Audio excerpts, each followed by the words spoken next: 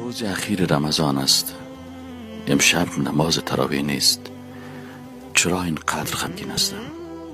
چرا اینقدر غمگین هستم در حالی که فردا عید است؟ باید بسیار خوش می بودم. چی کم شده بالایم؟ از رمضان تا رمضان دیگر عین قصه. باید نماز زیاد می خواندم، قرآن زیاد تلاوت می کردم که زندگی ما تغییر می کرد. ما باید زندگی خودم تغییر می دادم. نوست بسیار شرمنده هستم. چطور گذاشتم که رمضانی قسم از دست من بره؟ چطور گذاشتم؟ تا هنوزم باور نمی کنم که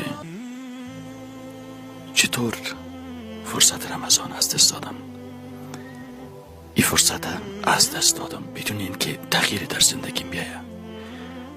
چطور نتانستم از این فرصت استفاده کنم؟ چرا نتانستم از این فرصت برای تغییر زندگی خود استفاده کنم؟ یا الله، مرا در این لحظات اخیر ماه مبارک رمضان ببخش. در حقیقت طوری باید عبادت می کردم و مستحق بودی که عبادتت را انجام می دادم، انجام ندادم. اجازه ندهید رمضان دیگر از شما بگذرد.